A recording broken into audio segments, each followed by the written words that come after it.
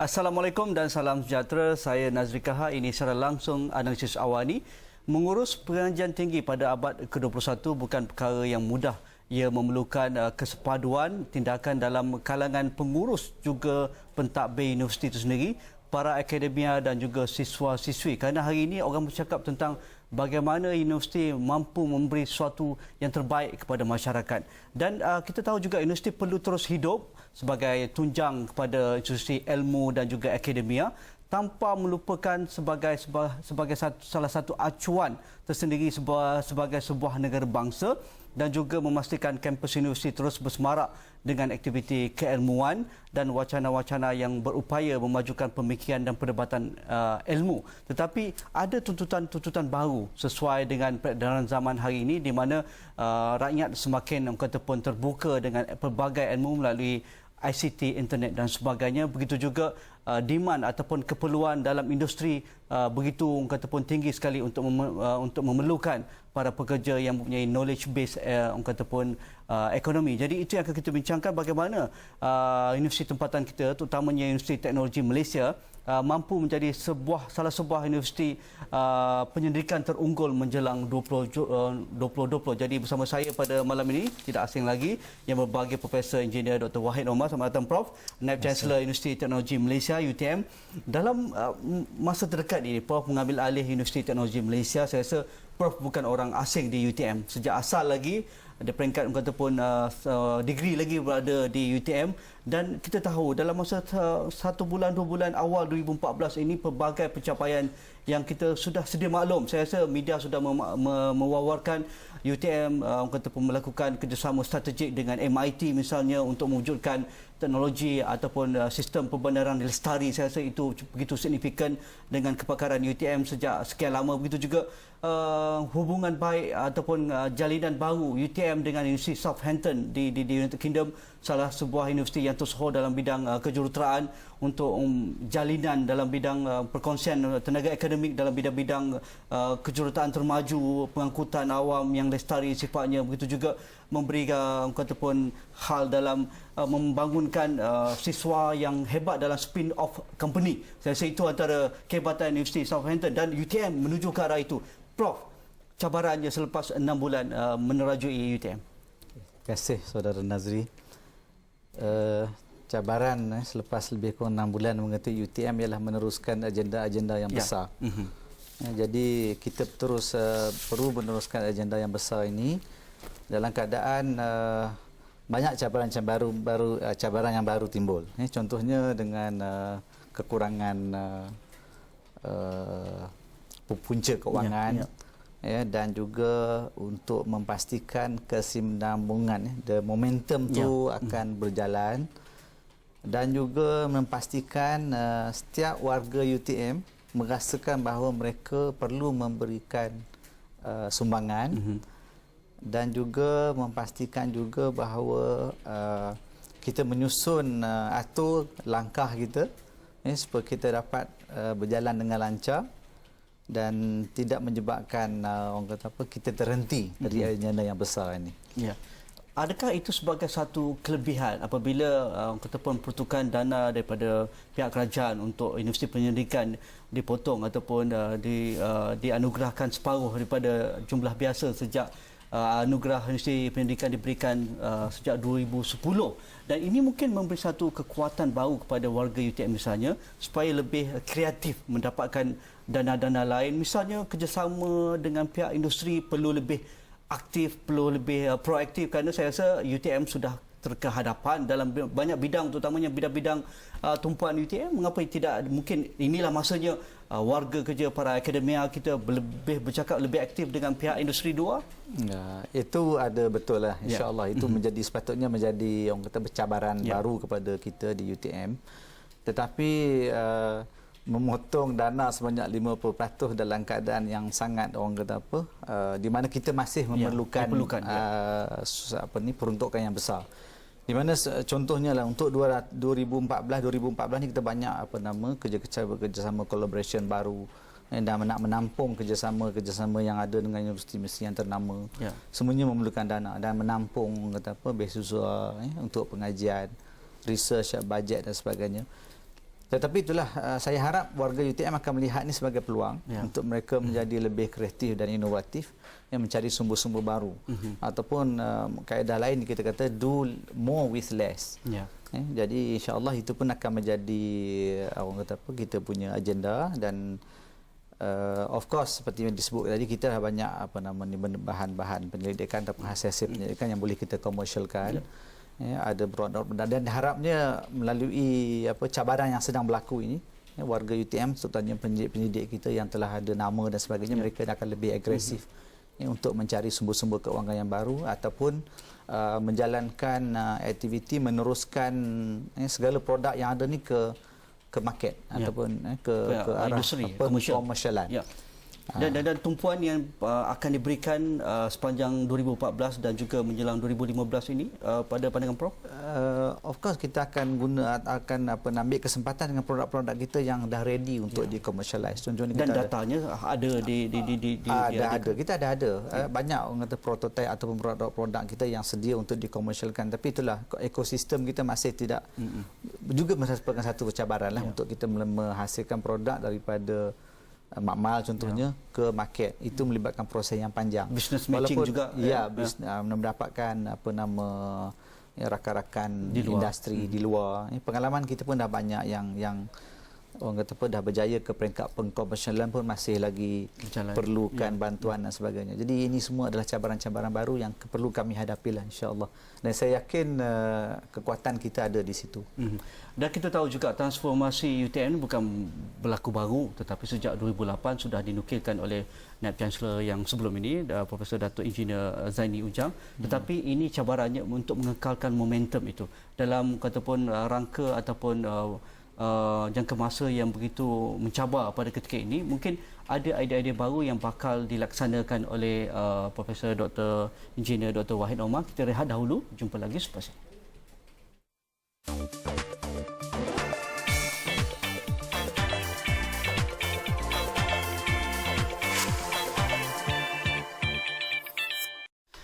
Kembali membicarakan UTM Global 2020, Profesor Engineer Dr. Wahid Omar. Sebelum saya meneruskan perbincangan, saya nak kata pun lihat apa yang menjadi perbualan rakan-rakan di sosial media. Kerana kita tahu anak muda hari ini pelbagai aspirasinya, pelbagai yang kata pun kehendak mereka, tetapi mungkin cara mereka untuk melihat kejayaan mereka dalam bidang-bidang tertentu di IPT dan sebagainya mungkin berbeza. Mungkin Zul?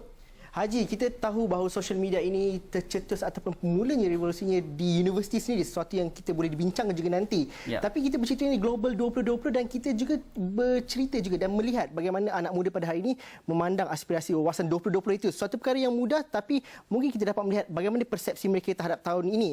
Dan ramai yang masih berbual mengenainya, mengenai wawasan 2020 sehingga kini menelusuri garis masa ataupun di timeline di media sosial, ada yang berkongsikan mengenai kedudukan sekarang dalam mencapai tahun 2020 dan wawasan 2020. Dan bagi Naim Hashim katanya, kita berada pada landasan yang kukuh untuk mencapai negara maju. Berbeza pula dengan Aim, katanya baginya kini kita masih berada di tahun 2000 dan masih terperangkap dengan nostalgia lama.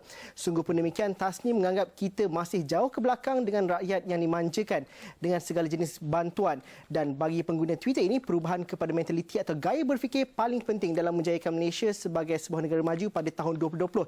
Itu persepsi mereka mengenai tahun 2020, bagaimana benchmark yang perlu diletakkan.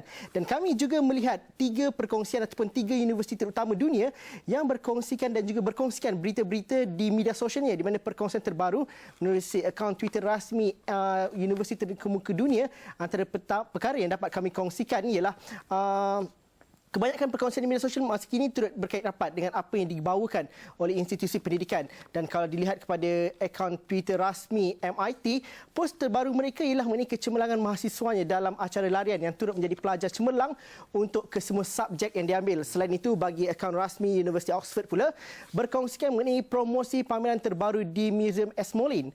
Museum tersebut merupakan museum yang terletak di bandar Oxford. Dan sungguh pun demikian, Universiti Stanford tidak ketinggalan dalam berkongsikan dapatan terkini penyelidik di universiti tersebut. Kajian mengenai tren berski ketika perubahan cuaca berlaku antara yang menjadi perkongsian terbaru di akaun Twitter rasmi mereka. Ini yang kita ingin kongsikan dan kita sendiri sedia maklum bahawa bagaimana pelajar-pelajar di universiti-universiti terkemuka dunia ini mampu mencipta suatu ciptaan yang terkini. Kalau contohnya Facebook mungkin bermula di Harvard, Google di Stanford, dan ini yang kita mahu lihat di universiti-universiti tempatan, bagaimana ekosistem itu dapat menyokong perubahan dan juga dapat membawa anjakan besar terhadap perubahan dalam masyarakat itu sendiri, J. Ya, Zul, saya rasa UTM tidak terbelakang tentang itu. Sebenarnya. Dan kita nak tanya Profesor Engineer Dr. Wahid. Dr. Wahid, contoh sekarang kita sedang menghadapi orang kata pun wabak denggi, dan kita mahukan wabak ini dapat diselesaikan mengikut ataupun cara yang terkini lah. Kalau dahulu mungkin nyamuknya berbeza, dengan asap mereka boleh mati, tetapi tingkat atas pun ataupun kalau duduk flat atau kondominium pun mereka pun boleh terbang tinggi. Dulu mungkin di bawah saja. Jadi menunjukkan nyamuk pun sudah berubah. Dia punya orang kata pun pembiakan dan orang kata pun ketahanan mereka dengan vaksin atau ubat pun berbeza.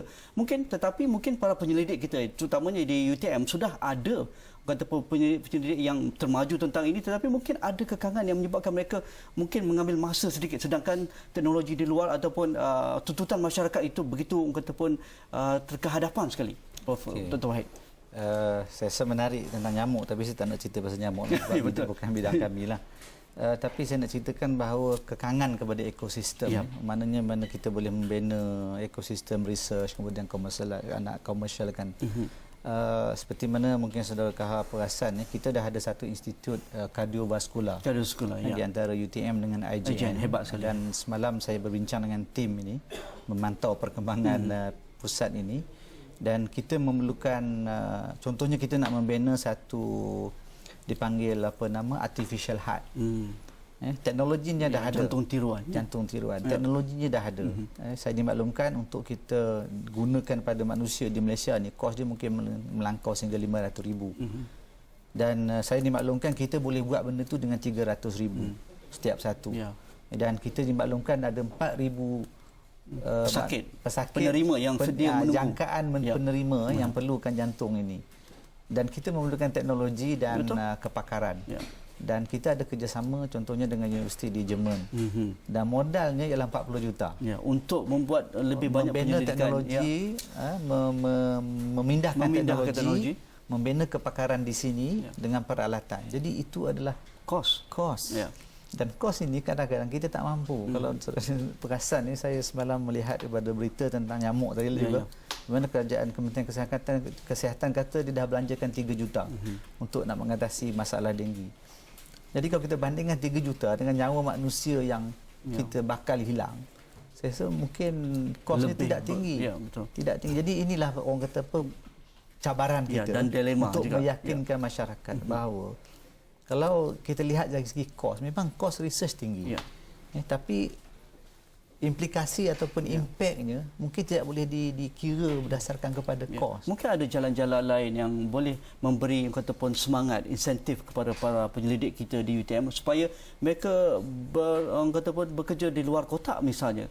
Jalinan dengan rakan-rakan di luar negara ataupun menggunakan platform industri itu, walaupun mereka tidak meyakini produk itu belum ada di pasaran ataupun pasaran memahukan cara yang lain, tetapi mungkin itu sebagai satu cara untuk mereka lebih bercakap, lebih frequent. Itu yang kita sedang lakukan. Contohnya bila kita buat kerjasama dengan University of Cambridge, apa yang kita buat ialah kita buat kerjasama, kita berkongsi kepakaran.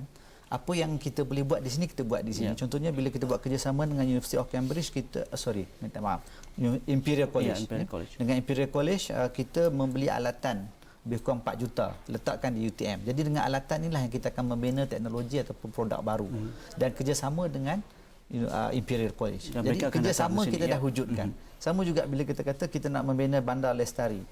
Kita menggunakan sedikit pelaburan kita engage dengan MIT. Dan baru-baru ni pun kita dah tengok dalam akhbar hari ni pun dah keluar tentang bagaimana tim daripada MIT datang bekerja dengan kita. Jadi ini semua benda-benda yang sedang kita lakukan. Dan saya rasa ini sebahagian daripada yang kita kata out of the box punya pemikiran. Okey, kita perlu lihat yang kedua, Prof. Selepas ini kita akan lihat warga UTM tu bagaimana menyahut cabaran-cabaran ini. Kita tahu UTM sudah melaksanakan pelbagai memperdayakan ataupun memperkasakan keupayaan warga, terutamanya para pelajarnya, peringkat sarjana ataupun prasiswa dan sebagainya, Global Outreach Program dan sebagainya sudah mendapat sambutan, tetapi mungkin ini dapat dipacukan lebih hebat lagi. Kita lihat dahulu, jumpa lagi selepas ini.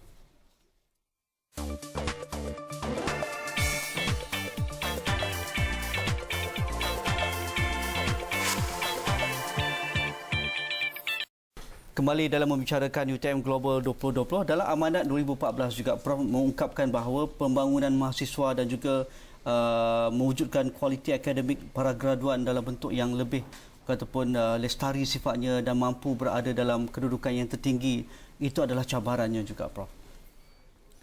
Ya, ini adalah bukan perkara baru sebenarnya, perkara yang dah lama. Ya. Tetapi kita perlu berikan penekanan, ya. Penekanan yang baru, mengubah mungkin kaedahnya, caranya supaya kesannya lebih besar. Sebab dulu orang memikirkan bahawa kita ni macam kilang, melahirkan manusia yang mungkin ada sedikit kemahiran, kepakaran, ilmu untuk melaksanakan tugas. Tetapi sekarang ni industri ataupun masyarakat memerlukan manusia yang lebih sempurna, yang lebih lengkap, bukan setakat kemahiran teknikal. Holistik sifatnya. Holistik. Ya. Kita even dah ada orang pakai perkataan, contohnya dah jadi bahan biasa sekarang di kalangan akademia. The whole person. Manusia yang dan alhamdulillah di sekarang ni pun contohnya di kementerian, di AKAP, kita dah ada konsep untuk membina jiwa. Membina jiwa-jiwa manusia yang ada jiwa, ada soul. Jadi ini cabaran dan of course kita kena rancang, kena aturkan bagaimana kita boleh. Apa bezanya jiwa pelajar Akademi Universiti Teknologi Malaysia dengan universiti lain? Apa DNA? Mungkin apabila kita lihat di luar saja berada dalam industri, datang ke Sarawak ni temu buat kerja dan sebagainya, confirm ni UTM dengan hebatnya bercakap, dengan soft skill dengan hebat. Mungkin itu menjadi satu trademark. Kalau saudara Nazi rasa itunya, kami banggalah. Sebab saya sendiri tak boleh nak sebut apa sebenarnya DNA kita yang dilihat oleh pihak luar. Tetapi yang pastinya, sebab saya di bidang teknikal, yang pastinya kalau di kalangan syarikat-syarikat yang kejuruteraan dan sebagainya, mereka mengatakan bahawa sehingga kini kalau segi kejuruteraan, UTM is the best lah. Dari segi kemahiran teknikal. Jadi pengisian, ada sudut pengisian untuk mereka mengisi ruang-ruang keperluan knowledge based ekonomi di Malaysia ini, kerana pastinya kita bukan hanya berinteraksi dengan manusia, mereka akan mencipta, mereka akan berinovasi sebagai seorang jurutera, sebagai seorang arkitek, sebagai seorang ataupun bioteknologi engineer dan sebagainya, Prof. Ini yang kita latih mereka ini selain daripada kelas dan sebagainya secara tradisional, tapi sekarang kita dah banyak tambah saudara Nazi untuk maklumannya. Dalam kelas kan macam-macam. Kita dah ada apa yang dikatakan problem based learning. Kita dah ada entrepreneurial punya projek. Boleh jelaskan tentang universiti usahawan tu? Saya itu menjadi contoh baru di UTM. Contoh yang kita dah buat, kita panggil job creation. Di mana job creation ni kita mengambil kerja-kerja dalam UTM yang real, kerja-kerja yang sebenar, kita pecah-pecah kecil ni. Kita pecah-pecah kecilkan dan kita bagi student buat tawaran tender. Mereka apply lah. Mereka apply dan mereka dalam proses yang sama, mereka kena register sebagai syarikat. Mereka diberi kemudahan pinjaman duit. Mereka boleh buat company, mereka datang dengan bidding dan kita pilih dan sebagainya. Kita akan pilih the lowest tenderer. Kita bagi dia kerja, dia akan buat kerja tu, kita akan pantau kerja tu. Ini antara latihan yang sedang kita jalankan. Dan setakat ini? Setakat ini of course permulaan. Banyaklah cabaran kita sendiri. InsyaAllah saya yakin selepas ini kita dah ada pengalaman. Proses pertama dah berlaku. InsyaAllah selepas ini kita kemaskan lagi apa yang kurang. Kita akan buka lebih banyak lagi peluang-peluang untuk student sendiri mengamalkan, mempraktiskan dalam kampus, dan mereka juga dibantu oleh pihak-pihak luar yang kita panggil entrepreneur in resident. Orang luar yang berpengalaman sebagai entrepreneur datang share, jadi mentor. Mereka berkongsi pengalaman dan ini sebenarnya persediaan. Mungkin itu juga sebagai satu kelebihan bagi pelajar UTM. Mereka mendapat experience terus daripada orang kata pun usahawan yang berjaya di luar sana. Kita memang itu plan kita. Memang kita dah buat pun. Dah ada prosesnya, dah ada pengalaman itu dah kita buat. Dan kita konsep kita sekarang, kita nak graduate UTM ni keluar bukan mencari kerja tapi mencipta pekerjaan. Okey, Prof. Untuk mendapatkan ataupun melahirkan para graduan yang terangkum pelbagai sifat ini memerlukan ekosistem kampus yang hebat. Saya beberapa kali ke UTM. Saya rasa masuk ke UTM Skudai ini berbeza sama sekali. Dan Prof antara orang awal mencipta kampus lestari di Skudai dan juga di Kuala Lumpur ni. Boleh jelaskan sikit ke mana arah selepas ini? Of course kita akan teruskan agenda kampus lestari. Sebab apa? Dia isu kampus lestari ini saya lihat bukan sahaja aspek fizikal. Betul, sudah fizikal ya. Azam kami ialah supaya kehidupan kampus kita boleh reka bentukkan di mana pelajar-pelajarnya boleh menjalani satu kehidupan dengan kita panggil kehidupan lestari. Contohnya bagaimana mereka menggunakan tenaga. Kita dah tahu kan UTM kini sedang dalam peringkat, masuk lagi satu peringkat untuk anugerah tenaga. Kemudian kita nak melihat, tunjukkan kepada pelajar macam mana seharusnya mereka ni membuatkan menggunakan kita panggil recycling. Kita dah ada recycling dalam pejabat, ada di luar pejabat pun ada. Kita dah ada contohnya waste. Dah ada kita buat food waste kita recycle. Untuk makluman ni, kalau saudara pergi nanti ke sana, kita ada ayam yang kita bagi makan melalui food waste, dalam kampus berlaku. Dan kita nak pemikiran student kita melihat benda tu boleh dilakukan, bukan sesuatu yang sukar, bukan dalam bentuk teori, tapi benda yang mereka sendiri rasa mereka boleh ikut serta. Itu yang sebenarnya kita punya hasrat. Keperluan universiti untuk lebih relevan dengan masyarakat di luar adalah bagaimana universiti mampu memberi impak kepada surrounding. Saya rasa UTM berada dalam wilayah pembangunan Iskandar, itu mungkin sedikit kelebihan. Bagaimana keupayaan ataupun disiplin-disiplin ilmu termaju di UTM itu dapat menyumbang semula kepada wilayah Iskandar, Johor secara keseluruhannya, dan mungkin Malaysia secara lebih luas sifatnya. Itu sedang berlaku. Untuk makluman, contohnya tadi kita bekerjasama dengan MIT untuk membina apa yang dikatakan konsep bandar lestari. Itu dah berjalan. Tetapi yang lebih dekat sebenarnya kita bekerjasama dengan IRDA, pihak IRDA, untuk membangunkan apa yang dipanggil framework bandar lestari, di mana ini kita buat kerjasama bersama dengan beberapa universiti di Jepun, dengan penyelidik-penyelidik kita. Dan ini saya rasa adalah satu sumbangan kita kepada masyarakat. Dan banyak lagi sebenarnya yang kecil-kecil yang sedang berlaku. Ataupun program rumah mampu milik, saya rasa para penyelidik UTM aktif bersama dengan Kerajaan Negeri Johor. Okey, terima kasih Prof atas masa yang diberikan. Banyak sekali benda yang kita nak bincangkan, tetapi pun masa tidak mengizinkan. Kita akan panggil lagi Prof dan juga rakan-rakan di Universiti Teknologi Malaysia. Terima kasih Profesor Engineer Dr. Wahid Omar dan Chancellor Universiti Teknologi Malaysia UTM. Dan jika ada sebarang pandangan anda, hantarkan ke platform kami melalui Twitter kami, Facebook dan sebagainya, dan jangan lupa melayari astro1.com untuk beberapa kali liputan terkini dalam dan juga luar negara. Assalamualaikum, insya-Allah kita jumpa lagi. Terima kasih.